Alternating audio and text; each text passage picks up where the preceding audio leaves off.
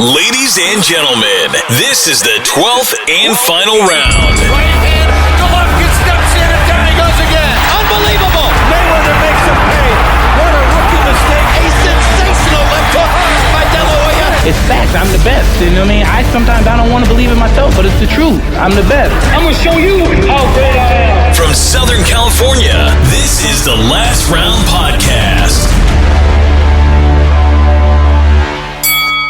Episode 58 of the Last Round Podcast. I'm Danny Z, and across from me is, he's not here this week. This week in studio, I'm actually solo. Mike dished out on me. For some reason, he got scared of the airwaves this week and, was intimidated of our listeners. He was like, I don't want to jump on this episode this week because all the trolls on Twitter came at me for my opinions. So I told him, just stay home, man. It's not worth it. Leave it to me. But taking Mike's place after this week's fights on Saturday at the MGM Grand and, of course, Fantasy Springs Casino in Indio, California, helping me this week in place of Mike's absence. He has his own podcast, which I listen to on the regular, besides ours. You know, it's probably my second favorite one behind ours. Or maybe I should just say my first because he's helping me out this week. Southern California boxing fans and Southern California media are very aware of this guy, this man. He's always at the fights, at the StubHub, the Forum. I don't think you'll see him at too many PBC fights, but you'll see him at Golden Boy fights, Top Rank. He's a big fan of the sport, probably the biggest fan in Southern California. And his podcast is called the Mr. Boxing Guru Podcast, which I don't know if he wants to be called Mr. Boxing Guru or Sal, but Sal, Mr. Boxing Guru, is my co-host this week. What's up, Sal? Hey, what's up, Danny? Thanks for having me. And Sal is fine. Guru is just another troll job. How you doing, brother? Good, man. Thank you. Like I said, thank you for helping me out this week since Mike sold out on me, but he'll be back eventually. But and that's the way it's supposed to be. We finally got rid of the Brit, man. That's what we wanted to. This was the master plan. This was all. I'm in it. I'm trashing the boxing run. I mean, the Mr. Boxing Guru podcast. This is it. This is it. Mike, we've been doing this show for over a year, and this is my plan all along. I just never told him until tonight. It's over. I'm gonna lock the doors to the studio so he can't get in next time. I love the guy. But like I said, man, thank you for helping us out this week as jumping on as our co-host. And before we dive into fight reviews and all that stuff, in this crazy sport of boxing, like I mentioned, your name is Salvador. People call you Sal, but you have the nickname. A lot of people don't even know your first name. They just call you Mr. Boxing Guru. No, bro, I go to the fights and hey, Guru this, Guru that. That's how it is. Most people, I mean, if I probably won't even turn around for Sal when it's at an actual fight. So, yeah, that comes with the territory. Like you said, we're very lucky that we're in Southern California, so we have access to all these fights. So, yeah, that's just the way it goes. How did you land on that name? Did you think about any other names before that one? No, you know what? It was. I think it's more because of the normal 9 to 5. Ever since like I'm sure you have. I mean, since you were a kid, you're a boxing fan. But of course, as you keep growing and as we got a little older, boxing wasn't as popular as most sports here in the U.S. So whenever it came down to boxing, I was always a go-to guy. Whether it was at my job, whether it was through family or whatnot. I was always so I don't know, somewhere along the line, and hey, Guru this, Guru that, and you're the boxing guru, and it just stuck, and I ended up making a Twitter handle, and it ran from there. Oh, I get it, man. That makes perfect sense, especially to guys like us. I think we all share that same platform, especially within Hispanic families. Everybody comes to us for all the boxing news, like, hey, what's going on? Who's this cat? Who's this guy and stuff like that. So we're the main source of information. That's true. But so let's start from this past Saturday. Like I said earlier, from the MGM Grand Garden Arena in Las Vegas, Nevada, on Fox pay-per-view, Deontay Wilder gets the 7th round knockout over Ruiz-Ortiz in their rematch to retain his WBC heavyweight championship of the world. Did you catch it, Guru? What'd you think? Oh, of course. I have to catch it. Look, I'm not a big fan of PBC, but I, whenever there's a good fight or a fight of some substance like this card, and this card as a whole, you have to just tune in and watch it. So yeah, absolutely, I definitely watched it.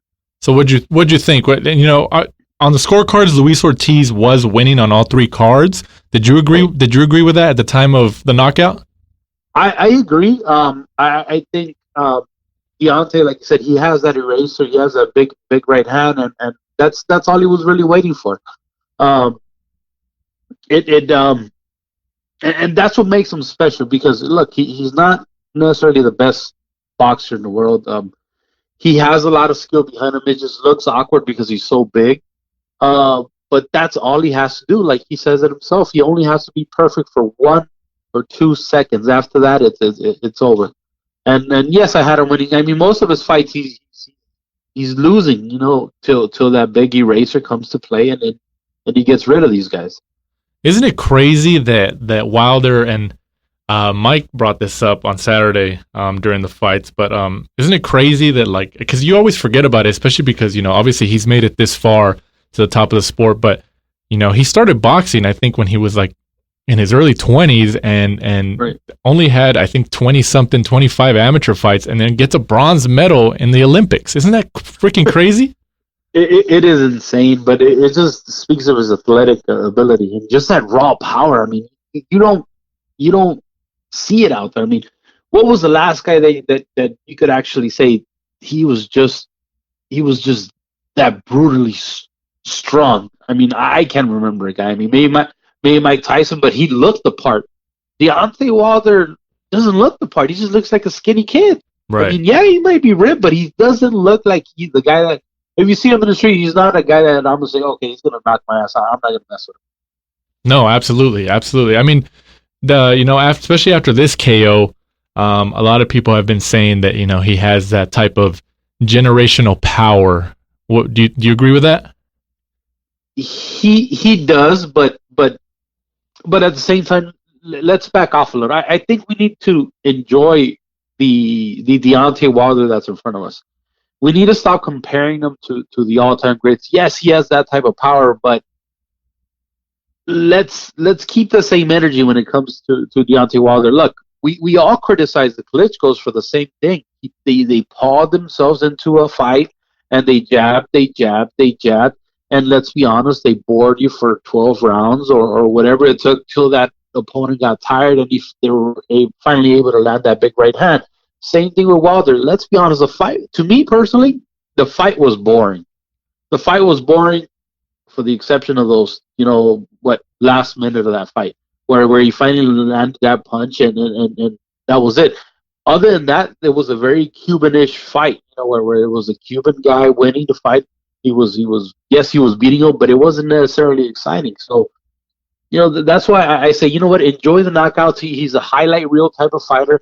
He's a great fighter that I love to watch. Maybe not necessarily live, but I sure love the replays, the highlights, the highlight reels of him as a fighter. Did you pick him as winning the fight before the fight happened, or? Yes, absolutely. I mean, I didn't think. Look, he had fought this guy. What was it? 2 years ago? March 2018, I think last year. Okay, 2018. Okay, so. He already had a very I don't want to say suspect record, but Luis-Ortiz hadn't really fought anybody of note, and to be fair, none of the heavyweights have. So, and there's always that thing where we really don't know how old he is. He looks older than 40, right? And let's say he is 40. 40 is it's a very he's been a prospect in his 30s, and that's just doesn't fly. So, and the fact of the matter is that he had already taken care of this guy. Yeah, he might have had a little trouble with him before, but the ending factor was that he took care of him. He knocked him out, and he was done with it. And to do it again, and to somehow, over glorify Wilder again, he deserves all the accolades in the world. But I think we're putting a little too much emphasis on this win. Yes, he did win, but he won against a very old a fighter that really doesn't have that many credentials to his name as a professional fighter. You don't think though that I completely agree. Obviously, everybody knows that Ortiz. I think they say he's 40, but we really don't know, especially from these Cuban fighters and not just in general fighters, but Cuban athletes, baseball players, and stuff like that. We really don't know their ages. But I mean, do you really think age played a factor especially in this fight? I mean, because he was winning on the cards, and I thought he was winning. I mean, he looked actually pretty good until he got stopped. I think it did. Look, it didn't help him. I mean, look how he looked in the previous fight. He was in the fight. He was, and arguably they were kind of going back and forth. This one, he was just kind of touching him, playing it as safe as he possibly could. And I think it did. I don't think it helped him. On the contrary, look what happened. Look how easily he knocked him out. There was no way that man was getting up from that. No, that's right. Yeah, and again, he deserves all the credit in the world, but I think a lot of us are. I even saw some people saying, "Look who the real hype job is between him and Golovkin." And again, they shouldn't try to take each other's credit. I think Deontay Wilder's a great guy, but let's not overdo a generation. Again, generational power, yes, but not as him beating all time. I think a Klitschko would have ran through a prime Klitschko would have ran through Deontay Wilder. I'm glad you mentioned the Golovkin, Wilder comparison, hype train or whatever, because I did see something about that on social media today. Can you talk about what that is, for our listeners, like in terms of people comparing them to? Well, the thing is, people are saying that Golovkin was a hype train, and I don't necessarily think so, because when you have a guy like Golovkin that arguably beat Canelo the first fight, and Canelo, we're putting him, I mean, in our mythical pound for pound list, and somehow a guy that fought two very close fight with the number one pound for pound guy is all of a sudden a blown up or hype job. I mean, I don't think it's fair to Golovkin. I think they did the best they could with the available opponents they had in front of them. They were able to unify 3 belts, if I'm not mistaken, if not all 4. I don't remember. I don't think it was all 4.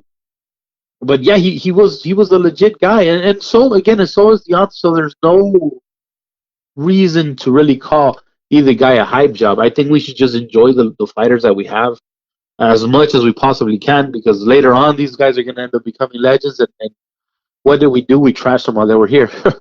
No, absolutely, and just kind of wrapping that part up is saying that with people comparing Golovkin and Wilder, especially the last several years, is pretty much saying that when Golovkin stepped up and started fighting world class guys, especially, I mean, he was knocking out all the guys before he started fighting like a Jacobs, a Canelo and stuff, which is still, he's still world class, of course, but what people were saying on social media, especially boxing Twitter, which boxing Twitter is a whole nother world. I mean, we know that. And we're saying that, that everybody thought that Triple G was going to be like the man in terms of the hype, knocking everybody out. And Wilder was going to be the one in the back seat. And now people were saying that, it's actually Wilder who's, who lived up to the hype, knocking everybody out. And Triple G, hasn't really stopped people, like he did in like 2013, 2012, 2014. Yeah, like I said, if that was the case, that knocking out who has Wilder knocked out? I mean, you could argue against each and every one of his opponents. The last fight, when it was a bit more competitive, Ruiz-Ortiz came in on short notice. When he did knock out Stavern, which is, in my opinion, probably one of his toughest tests, when he took the belt from Stavern, he went all 12 with Stavern. Yes, he came back and knocked him out, but again, that was a very short notice fight. Mm-hmm. When he did what he did with Areola, again, it was Areola. So, so whose has really been his most legitimate prime fighter that Wilder has faced? Has it been Brazil? Again, that was another Olympian. I mean, he hasn't really fought again till he fights I think the other guy, a monster, which again I'm sure we'll get into a little later in Joshua, or not even Andy Ruiz, because I think the height difference is just ridiculous.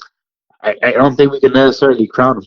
And again, I don't think it's necessarily his fault because he's tried fighting some of the big names. What was the other guy? I think Russian guy that he tried fighting, but he top 30. Povetkin. Yeah, Povetkin. Again, that would have been like a fight that I would have said, okay, he fought a legitimate guy.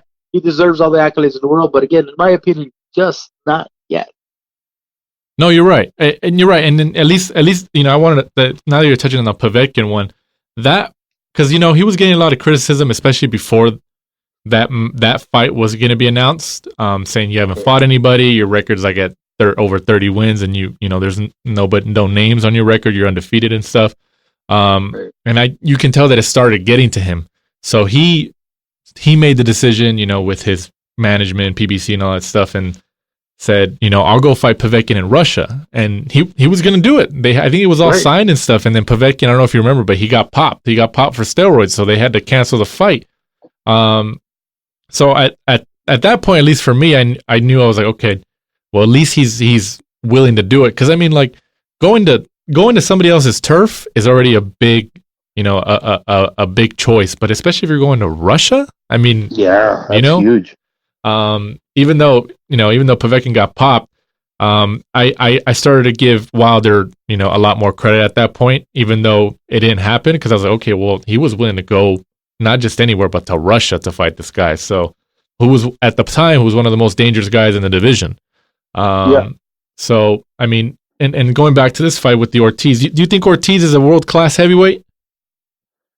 I think he is. I think when Golden Boy had him, I think they might have babied him a little too much, and I think that's probably one of the reasons why he left, because he was fighting in India most of the time, and not until he got to PBC that was he able to maybe get the better opponents. They were able to pay for better opponents for him. So maybe Golden Boy did it the service. So maybe they try to overdevelop him like they do a lot of the fighters.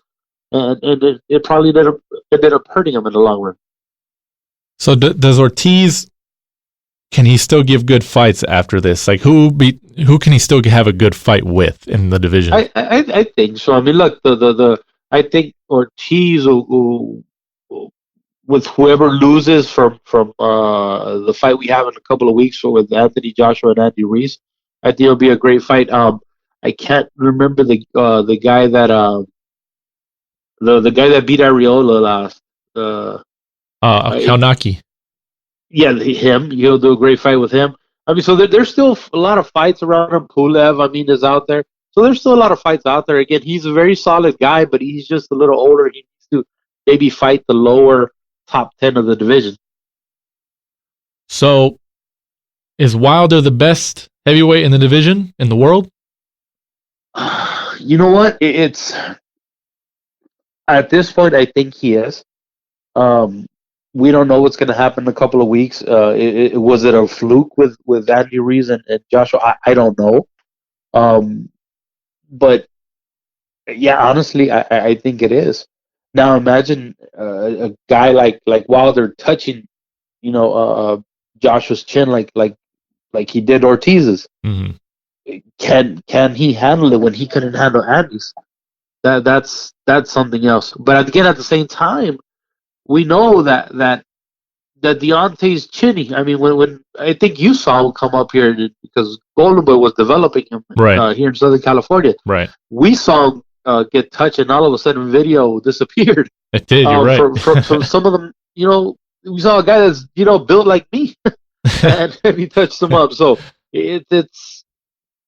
But again, it almost comes to the Tory in the heavyweight division. Everybody that's 200 plus pounds, could arguably hurt anybody else. So, as of right now, it seems that the plan is in motion for the Wilder Fury rematch in February. Mm. Who do you got in that fight? I think I have Wilder. I don't like the way that Fury's legs have been looking lately. The way he and I don't know if Top Rank knew this going in and having him signed, but he's just not as responsive as the perfect fight that he did versus Wilder. So I think Wilder finally will, and I think we saw it on this fight versus Ortiz, where he was able to just relax in there. Versus the first fight versus Fury, he was just going in there. He was right hand crazy. He was throwing and throwing and overthrowing it till somehow fight landed. But I think he didn't fight the right fight. He needs to fight a very boring fight. He doesn't need to chase him as much as he did in the first fight. And I think he will eventually catch him around the 8-9 round if they fight in February, which I don't know. I think Bob will find a way to mess that up. Do you think that fight's going to sell as well as they're anticipating? Because there was, at least talking about the financial aspect of the sport.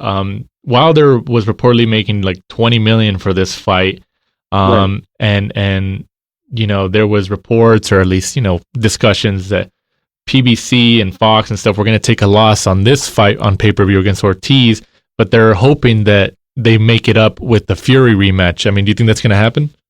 It'll sell, but I don't think it's going to be ridiculous. I think it'll do. I think they need to find a big venue to maybe host this fight, because they need a price of tickets to where people can actually afford them. If they do something like, as a matter of fact, this last fight is a great example.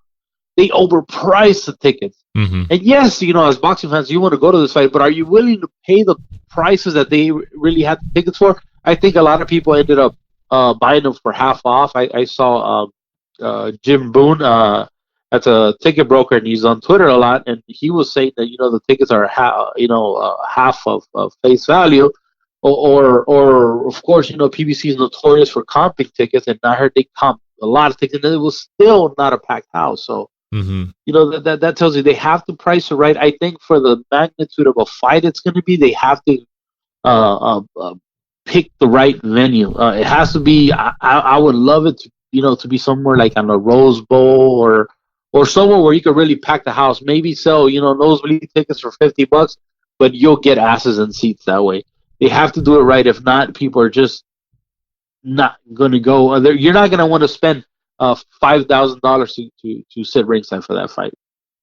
Wasn't there reports that it might be in Vegas? Maybe the MGM Grand or something. I thought I saw something about that recently. The MGM Grand is so small. The smallest event they can do is maybe T-Mobile Arena.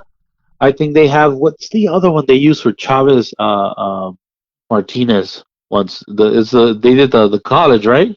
In Vegas? Yeah. Oh, is it the Thomas and Mack Center? It was Thomas and Mack? Yeah, that's where the college stadium. That's where the college is at in Vegas, isn't it? Oh yeah, well then that's it. Yeah, I think it was a little bigger if I'm not mistaken. So they need to. Again, as long as they price the tickets right, and they set a pay-per-view. Of course, pay-per-view at a regular $75. I mean, it'll sell. They just shouldn't over-glorify the heavyweight division, because it's not. They can't do what a guy like Anthony Joshua does. Right.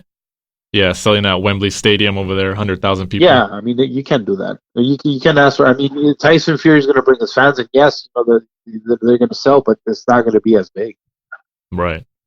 I get it. And then real quick, just on one name answers, if you can, who wins the rematch, Ruiz or Joshua? Joshua. I agree. I've been telling Mike that, and Mike doesn't. Mike's not on my team with that. And I like Ruiz too. And I mean, I like him for the sake of this. What's not to like about the kid? Look, man, you got the guy that looks like your next door neighbor, and he won the heavyweight champion of the world. That's awesome. Yeah, it's legit. Yeah, and then at least for the sake of the sport, having look at how much of a big deal it was that the first and everybody argues about first Mexican champion or first Mexican of American descent, whatever the hell, who cares? The guy's Mexican, it's an accomplishment. And, at least for the good of the sport, everybody knows that Mexicans, Hispanics, especially in the Southern California area, love their boxing.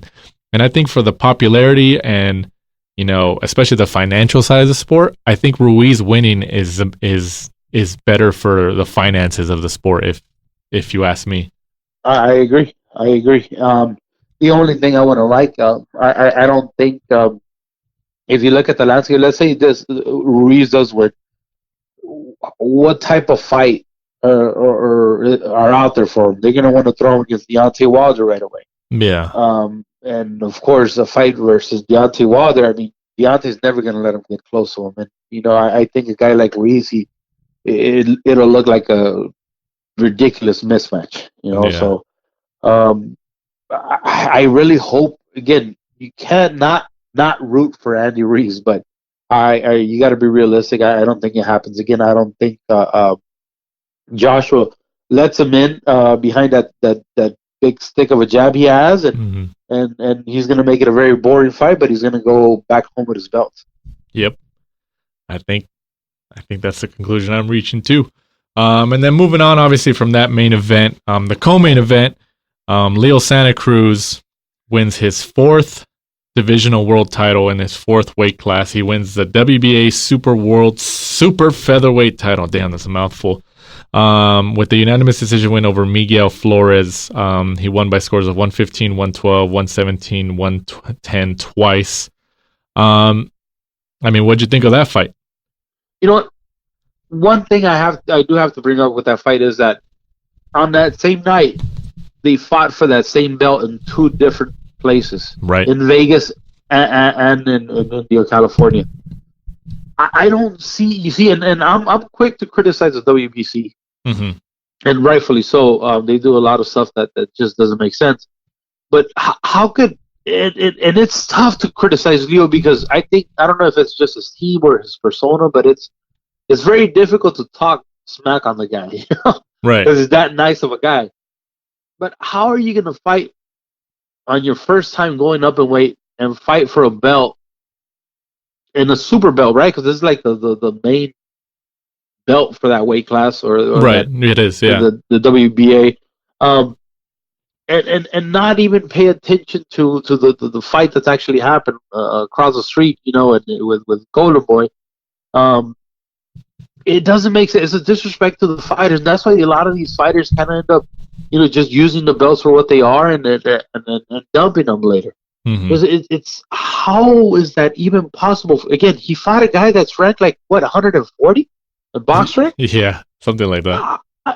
How does Leo even and still have the audacity to floss up the big 4 fingers because now he's a 4-time division champion? But of what? I don't know, man. I don't know. And he's still struggling with these guys. It's not like he's getting in there and knocking these guys out. It's just Leo's doing his regular Leo fight. I feel like every time I watch Leo, I'm watching the same fight over and over.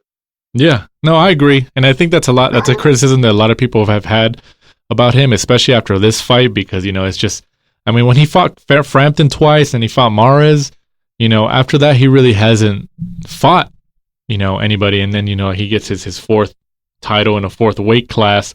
But I mean, and going back to what you said at the beginning, how is it his persona, like what's his deal?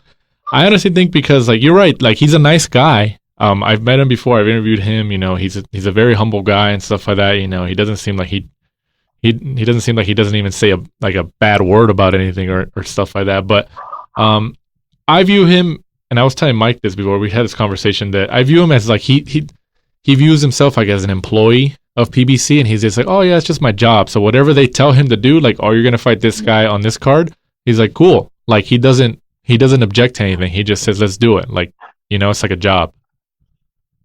Yeah, and I get that, but I mean at the same time, look, man, he's the one that's going in there throwing the punches, so he's almost like faking the legacy. But and I'm not the biggest fan of Ryan Garcia, but now imagine if Ryan Garcia would do something like that. What would the internet do? You're right. They'll rip him apart. Because look, this is little loudmouth kid, and now he has 4 belts. And is he really a 4-time world champion? No. Did he clean up his division? Absolutely not. Is he fighting the Gary Rosa Jr.? He's fought Abner Modest, for God's sake, twice. And nothing. And I think he's a hell of a fighter, but he's not really fighting the big fights. And again, it's okay to lose, but lose against somebody, it's worth it. He did say after the fight, and at least I know he said at the post fight. I don't know if he said like in the ring, but he says he wants Gervonta Davis. He wants Gary Russell Jr., who by the way are in different weight classes than him. Gary Russell's at 126, and then Tank just moved up to 135, and Leo Santa Cruz just took his belt that he vacated. So does that mean anything, or is that just talk? It's just at this point, it's just talk. So let's say he does, fight Gary Russell. Now that Gary Russell at a disadvantage because Gary Russell a really small guy. I even think he's small for 126. You're right. So now to fight him at 130 has a disadvantage to him. Tank is Tank. He's not. It seems like Tank is a name to throw out there because they know Floyd's not going to fight him against anybody. So yeah, I mean, I think it's just all talk, man. Unfortunately, all talk. And I hate for Leo to be that guy. Like I said, he needs to keep that same energy. Either he's the employee or he's the boss calling out the guys, but call the guys at your division. How come he to say I want to fight? The winner of Cancio, the Cancio. What was the other Alvarado? Alvarado? Doesn't come to him. Yeah, Alvarado. I'm sorry. How come he doesn't say I want to fight the JoJo's Diaz of the world, the farmers, the Jamel Herrings that are out there? Where's that energy? No, you're right. You're right. You're completely right. And I mean, I think that with Leo, I think he's at the point where, he's been at the point, but especially now, especially that he in his first fight at 130 pounds and getting a world title, one of the the major world titles, of course. I think his next fight, he has to fight somebody, significant, and preferably another world champion, or else people are really going to rain down on him. Yeah, or a decent name at 130, or bring out a decent guy. But who do you see him arguably fighting at this weight? I mean, okay, who has a title at 130 right now? Tevin Farmer. Does Valdez have a title? Or is he about to fight for a title? No, Valdez doesn't have a title, so it's Herring. Who else? Tevin Farmer, Herring, Alvarado. Now he has a secondary WBA. And the Mexican guy. Oh, Burchell. That's right. Burchell, yeah. See, but that'll be a great fight. Oh, hell yeah. No, yeah. Yeah, that'll be a fight I would want to go. Oh, yeah, absolutely. Honestly, I think out of all those names, I think Burchell, out of the champions at least, I think Burchell's the best guy. What do you think? That's the fight that you actually want to see that I think you could make. The Burchell Santa Cruz? Yeah, I think that, as far as fan friendly, I think that's the fight you want to see. Do you think it'll work though? Is Burchell technically signed to Top Rank, or isn't he with who's he's with Zanfer? Zanfer, right? Okay, Zanfer. I don't know if he's signed with them or he has any type of a promotion deal through ESPN, maybe, but I don't think so. I don't see why they would want to move him. Well, I think they went there for Herring at one point, but again, I don't know. Right. Well, we talked about the heavyweight division for a lot of minutes at the beginning here, but 130 pounds has, arguably the second best, weight, in terms of talent, has arguably the second best talent pool there. 135 is a good talent pool and everything, but 130 with Valdez, Santa Cruz, Tevin Farmer, Jojo Diaz, Alvarado now, even Cancio and Jamel Herring and Burchell and all these guys, exactly. You don't even have to have a belt. And you can make great fights all around at 130. No, absolutely. I don't know. I hopefully we see these guys actually go at each other. I know you mentioned Jamel Herring. He calls out guys since he got his title. He just beat Lamont Roach. It was a tough fight for him, but he retained his belt, and he seems to call out guys on social media and on interviews and stuff. He seems like he wants to make these fights. Everybody wanted to see Valdez and Santa Cruz or something because, an all-Mexican showdown, in Southern California. But, they both moved up to 130. They're both at the same weight class, but are we going to see the same, the repeat movie of 126 at 130 for the next 2 years, and then they're both going to move up to 135 and do it all over again? Yeah, you know what? I would love that fight regardless of what weight division. I think it'll imagine the fireworks in that fight. Both of these guys have monster energy, and they could throw, thousands of punches, really. Right. They could beat probably Zhukan's activity. That's true. Yeah. And then, perfect segue into that event. There was also another event, the Fantasy Springs Casino on DAZN USA in Indio, California, also on Saturday. The team here at the last round, Mike and I were there covering that fight. I asked Mike the same thing on Saturday. Rene Alvarado stops Andrew Cancio to take his super featherweight WBA world championship at 130 pounds. The fight was stopped, I think, in the 7th round by the referee. He went to the corner and he was talking to Cancio, and then he waves his hands. Would you consider that an upset by Alvarado? I think so. Yes.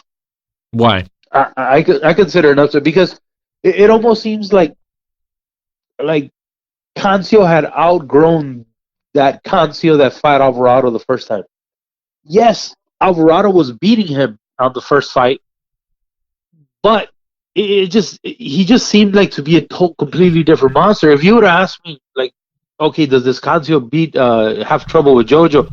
I would say no. You know what? It'll be a really tough fight, not like the first fight that when Jojo fought him. I thought that Cancio was a completely different monster, especially when and I didn't root for Cancio the first 2 fights versus the Puerto Rican when he took his belt. Machado. Yeah, Machado.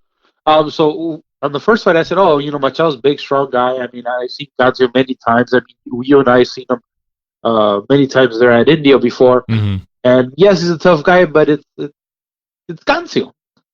And he proved me wrong on the first fight. Second fight, I said, you know what, this is going to be a fluke. Machado's going to come back, take his belt.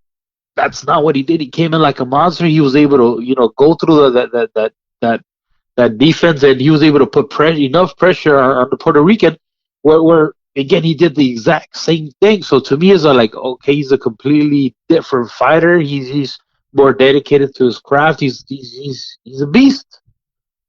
Right. But that it almost seems like that's to me, that's what I thought. So going into this fight with Alvarado, I was thinking, okay, we're gonna see a great fight, but just not an ass whooping.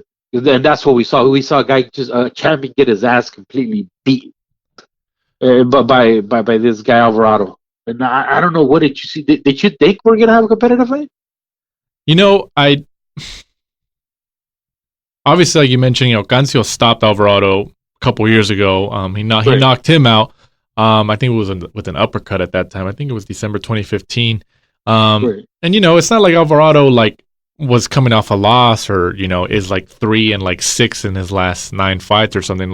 He's, even though he really hasn't fought any crazy names, he's been on a win streak.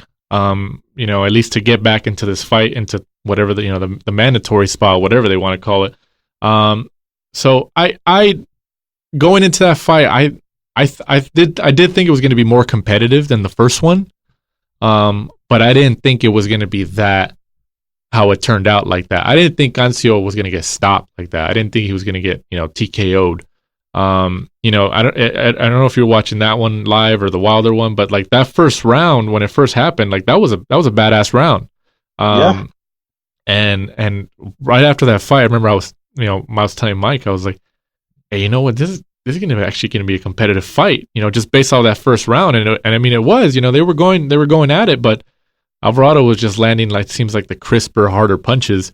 And like you said, Cancio, we've seen Cancio there at Fantasy Springs multiple times, and especially these last 2 times, his fans always come out. Blythe is closer to that way anyway, so they show up and all that stuff. But I mean, would you call, you talked about it being a fluke, possibly when he beat Machado the first time, and they're like, oh yeah, Machado's going to take his belt back, and then he doesn't, he stops him.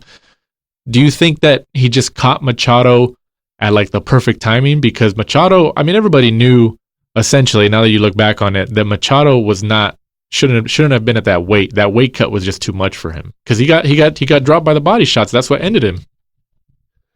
You know what? No, because I think from my understanding, he may wait okay the second go around. He was a bit more prepared. Mentally, he was right for that fight. Cancio was just a better man. So that's why I don't even want to consider. That's why it's just hard to say with this fight. Like, you know what, it wasn't a fluke. It was just, Alvarado was just a demon in that fight. But I wasn't expecting that because I seen Alvarado before. We seen him fight JoJo. Right. I mean, we seen him in other fights, and again, Alvarado is just Alvarado. But again, what we've seen from Cancio lately has just been a completely different fighter. Right. A fighter that fights with the purpose, and he wants to hurt you, and that's not what we saw. I don't know. Something almost seemed wrong with him. Yeah. I got that feeling too, that that something was just off with him. So, but Yeah. I think they're gonna run it back. I mean, they're essentially both Golden Boy fighters, Right. and I think they're gonna run it back since they split the first two. They're gonna obviously make it a trilogy. It gives them that excuse. So, I think you're gonna see them run that back. Probably sometime early next year, maybe March, April. But we'll see how it turns out. And also on that card, real quick, I know this isn't how you pronounce it, but it's better. It's better for marketing purposes. I like it better. Cancio retains his WBA featherweight title with the unanimous decision win over Manny Robles III. Did you catch this fight? If you did, what'd you think? You know what? I did catch it. This is, I've known Manny for a long time. So this is a fight that I really wanted to watch because I wanted to see how he does versus, a legitimate champion. And I didn't have him winning going in. And obviously we saw what we saw. And I think Manny was just not as developed for these type of fights. So I like what I saw from both, though. Look, the angles that and how do you say his name? Because I always called him Cancio. I've always said Cancio, but I think it's like show. Some I don't know. It's with the like it. I don't know. It's like show. I heard the announcers. I've heard them say it before, but I think it's funnier and it's better when you say Cancio. You know what? I was doing it the other way around. I was calling him Juken. I think that's what it is. Yeah, I think you're actually right, but. When he first came on the scene, people were saying Cancio and this and that, and they started catching on like Cancio, like he can do it. So I was like, I'm sticking with that. So I think you're right. But the angles that this guy gives you are really neat, and I think that's something he's learning from the Cubans up in Florida. Right.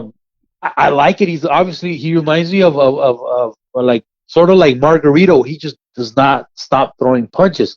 But adding that wrinkle to his game was what threw Manny off, because Manny is and I've always said this about Manny. Manny, if you really study the way Manny Robles fights, he's like a replica of Mikey Garcia. Mm-hmm. Manny is waiting to capitalize on your mistakes. He was always trying to punch in between Cancio, but by the time he tried going in after that 1-2. Cancio was already moving him and hitting him with a 3-4, so that's how he kept fighting him. One problem that I did have with this fight was the scoring. I thought the scoring was perfect. I heard a lot of people criticizing it, that the scoring was way off. I gave Manny Robles one round, and I believe it was like the third or the fourth. But anything after that, I couldn't give him anything because I yes, it was close, and it wasn't a one-sided fight. But it was a fight where Can did just a little more in each round. Again, it was close. Each round was very close, but Can was just a bit better than him. I don't know what you thought about it. No, I completely agree with that. Yeah, because we were there ringside, and he was just a busy guy. I mean, I think if I remember correctly, I think according to CompuBox, I think he threw the most punches in featherweight history, like 1,500 or something. Yeah, over 1,500 punches. That's ridiculous, man. That's more than Santa Cruz. Yeah. Yeah. That's more than remember Soto Caraz versus the Rooster a couple of months back? Yeah. Yeah, so I forgot about the Rooster. Mike mentioned that Saturday. He's like, what happened to the Rooster? He's disappeared, man. Disappeared. But yeah, you're right. Like, I mean, and then and his fans were showing up there. There was a lot of people from his home country of China. And I, obviously, I don't have any channels, or I don't keep an eye on Chinese media and stuff like that. But him being the only boxing world champion from China at the moment, I'm assuming he's getting mainstream coverage over there. I mean, I know you probably don't keep an eye on that either. I don't, but you would assume so, right? Because he had a lot of fans there, and they had their flags out and everything. You saw it better than I did. I mean, I think we tend to go to these fantasy spring fights, but they're not always packed. Mm-hmm. The only one that could pack that place, is been a couple of fighters. One of them, of course, is Little Ryan. Right. And I think the El Matador, Randy Caballero, does a fairly good job. He was there on Saturday too. And the guy from Blythe too, of course. Right. He does a great job at it. But you had all these Chinese, right, guys at Fantasy Springs. Was ridiculous, and it's kind of nice because that's what you want to see. I mean, you gotta have a decent crowd too, and he performed great for his crowd, so good for him. And I really hope he's a champ for a very, very long time. Yeah, he's a very humble guy, really cool guy. So he's exciting to see. So hopefully he keeps going. And then also on Saturday, real quickly, from the Echo Arena in Liverpool, Mike's motherland.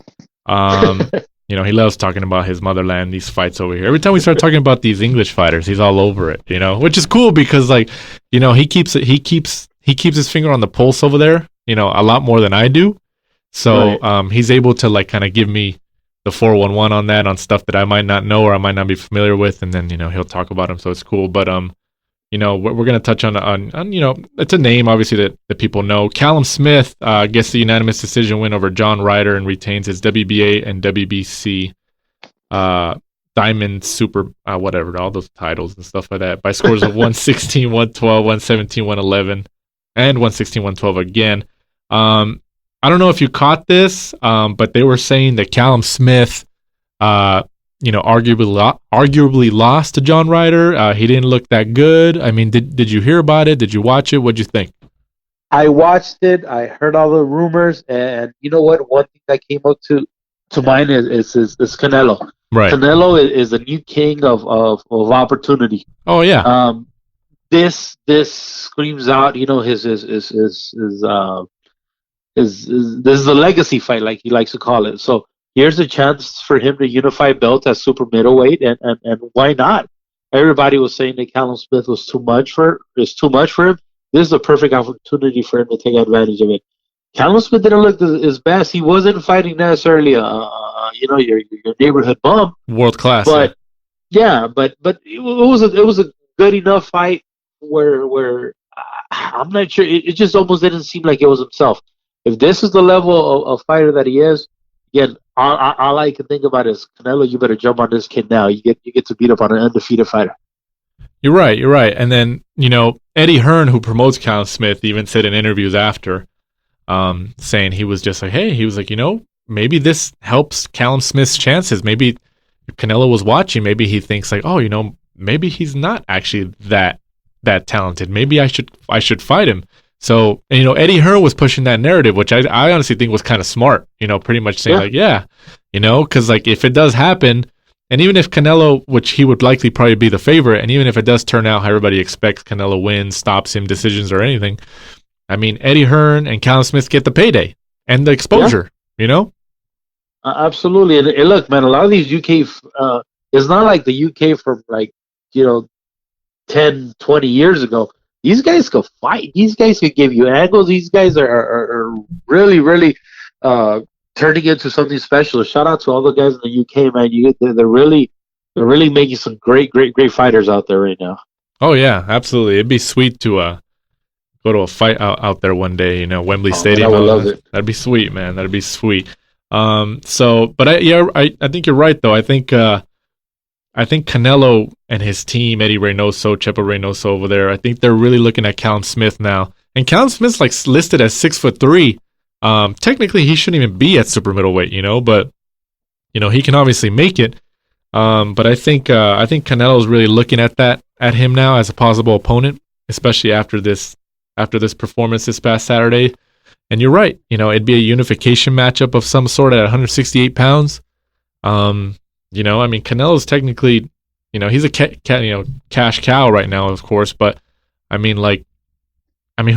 in terms of at least name and recognition? Who does Canelo fight? Triple G's there, of course. But but he's trying to avoid that like the plague. So I think this is a perfect fight for him to fight. He's fighting another unified champion. People that don't know boxing, they're gonna eat it up, and they're gonna say he's finally fighting a legit fighter. Let's do it, and it'll take away from the GGG fights, which he doesn't want to do. Yeah, and I can see this fight. I mean, it might be in Vegas, but I can see it being in New York, like Madison Square Garden, just because you get the UK fans to be able to come over.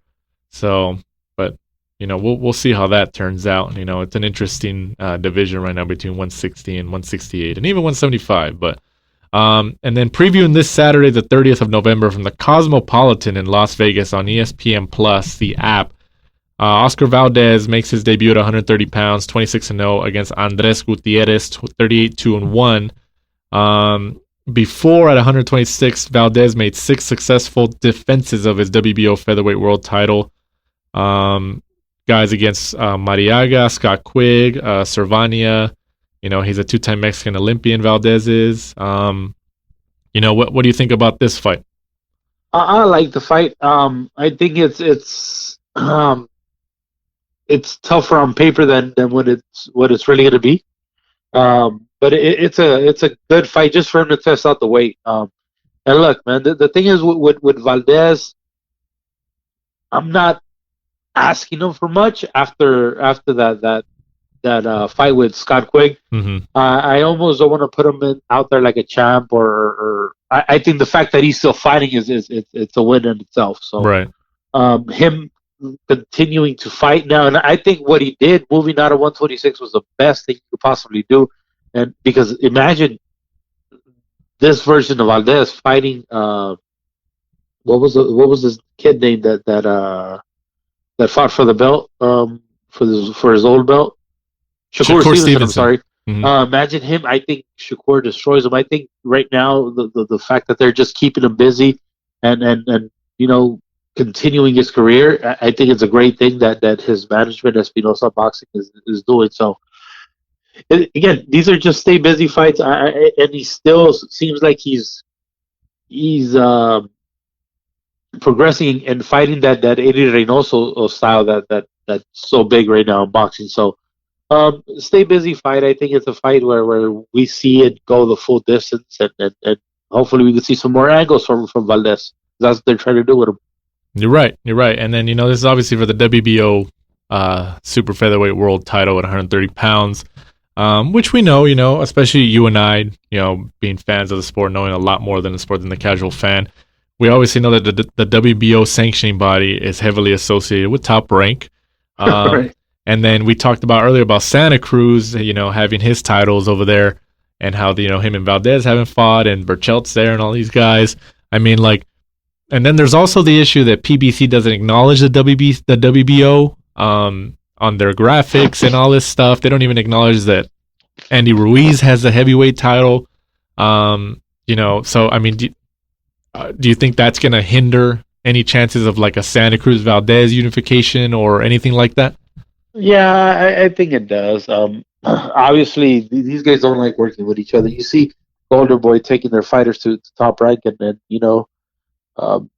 trying to at least make the fight. But this thing of not putting them in the graphic, I think it's only helping them, if anything, because now you talk about it. Oh, he wasn't in the graphic. Oh, this fighter isn't on the graph. So I think people talk about it more than if they were actually on the graph. So I think if I were PBC, I would just put the damn belt on the graph and people stop talking. Because I think that's all people are doing now. They're talking because they're not on their little graphs. Right. No, you're right. Yeah, and then it's all with in regards to Crawford not being acknowledged either, and then now Valdez is likely not going to be acknowledged. Ruiz's belt isn't acknowledged. So I mean, what happens? That's why I've seen different opinions with people talking about PBC announced that they're going to make their own belts, and even Dana White has said in the past, when he gets into boxing, he's not going to use the sanctioning bodies. I mean, what real quickly, what do you think about that? Kind of throwing away the sanctioning body belts and starting their own league. I think it's ridiculous. As much as we hate sanctioning bodies, let's admit we need them. The problem is the additional belts that they give. the minute a fighter, even if he gets a diamond belt, their purses a lot of times even double because now they have a belt, now they have a name on their head, now somebody else wants that recognition that they have. Right. So we need them. I think it's ridiculous to try to take them out of the equation. I think they piss us off when they do stuff that like you and I don't like the Huichol belt or the diamond belt or decorative belt. I thought that was your favorite, man. Like the YouTuber fight. That pisses us off. But at the end of the day, we do need them. We do need to recognize a champ, and that's all. I thought those were your favorite belts. Huichol, Mayan belt. Huichol belts are great for like when I go to a local quinceañera and stuff like that. You know? They're really axing my snakes in too. So. Oh man! And then also on that card, Carl Frampton against Tyler McCreary. Everybody kind of can see the writing on the wall here. Valdez and Frampton on the same card. They're exposing them to the same type of audience because they want to put them against each other. So maybe sometime next year. Do you think that's the plan? Yeah, I hope that's the plan. I was hearing something about Carl Frampton versus Herring. I don't like that fight for Carl Frampton. I think Herring is too big for him. On the other hand, I think Carl Frampton and Oscar Valdez, I think it's a hell of a fight. Mm-hmm. Look, they're both smaller guys, monsters at what they do, and I love it. So I really hope that's the plan, not the other stuff that I was hearing for Frampton versus Herring. Right. I mean, yeah, we'll see how it turns out. But Frampton has given some pretty good fights. He lost to Warrington, but that was a good fight. He fought Santa Cruz twice. So Frampton's been in some good fights. So I love that guy. He's really fan friendly fighting style he has. And then also on that card, Arnold Barboza Jr. Goes up against William Silva for the NABF Junior Lightweight title. Who do you got in that fight? Yeah, Barboza's a monster, man. I don't know if you saw the fight versus Mike Alvarado. Yeah, I remember that one. Yeah, that kid's just, and I know Mike Alvarado's a veteran, but just what he's able to do in this fight, I think he's one of Top Rank's best kept secrets. I really think he's really going to turn it up. He's going to be a great opponent for these guys that are at 140 pounds. He's really, really, really good kid. I'm really looking forward to him. And then, real quick, this is more Mike's card right here, but there's also a DAZN card this weekend. I mean, DAZN's pumping them out regardless if you know what the fights are or not. But from the Casino de Monte Carlo Saya Medicine in Monte Carlo, Monaco on DAZN. Alexander Besputin against Razhab Budiv. I don't know. Mike always takes these names. I never say this crap. For the vacant WBA World Welterweight title. Oh, wow. Welterweight. Well, wait, this is a legitimate fight then. Yeah, it is. I mean, it's for the vacant. I mean, I don't know who the guy is. I mean, it almost seems like a NABF type of fight. Yeah. Based on their records, but I'm kind of intrigued now. They're both undefeated. 13-0 against 12-0.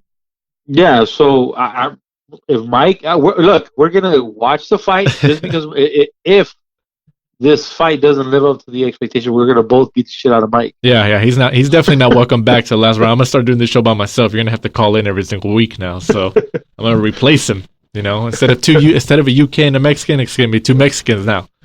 But the last 2 minutes that we have, is there anything you want to touch on that's in the news right now before we wrap up? No, I think you pretty much covered everything, man. Just of course, thank you for having me. Look, man, hope whoever's on here, whoever listens, follows me on my Instagram.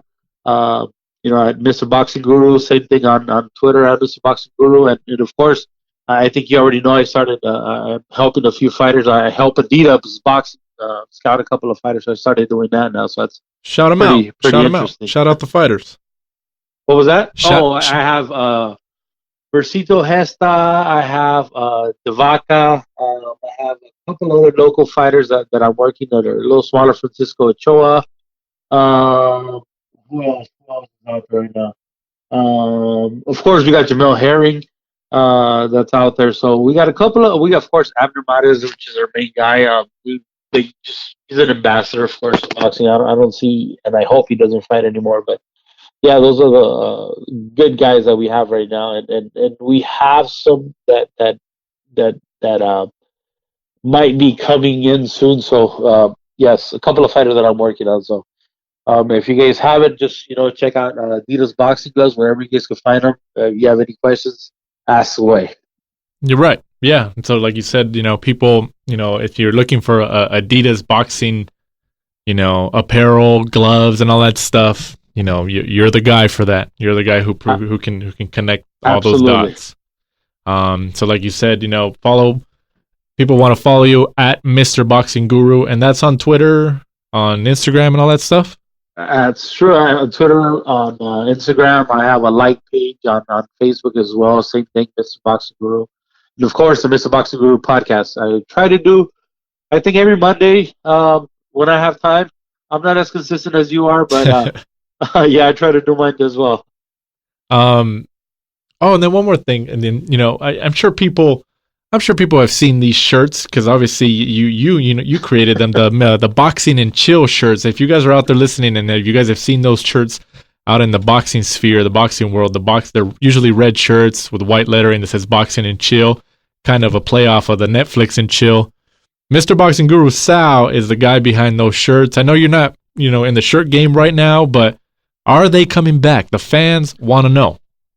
You know what? I'll try and make another comeback for him. But not only that shirt, I made the Mexicans for Golovkin one, which that one was. I think that one was even on the New Yorker, if I'm not mistaken. They did a huge article on that. I did the Chapolovkin shirt as well. I did one for Lemieux. So I've done a couple of fights, but the most popular one, like you said, was the boxing and chill, and of course the Mexicans for Golovkin. That one was. I mean, you would see those in the Los Angeles alleys, being duplicated out there. Just being stealing my copyrights. So. No, you're right, man. But if they're coming back, let me know, man. We'll pick some up. But I got you. I got you, brother. But once again, Sal, I want to thank you. Mike does too. I'll thank him on behalf. But thank you for saving me this week. Thank you for saving the show this week as my co-host. And like you said, you have your podcast, the Mr. Boxing Guru podcast, which is available on pretty much all the major platforms, Apple, Spotify, all that stuff. Your social media is at Mr. Boxing Guru. We see each other all the time at the fights, at the events, and I'm sure you'll be on the show once again in the future. Or if you ever want one of us to jump on yours, we're right there. We're just a phone call away, man.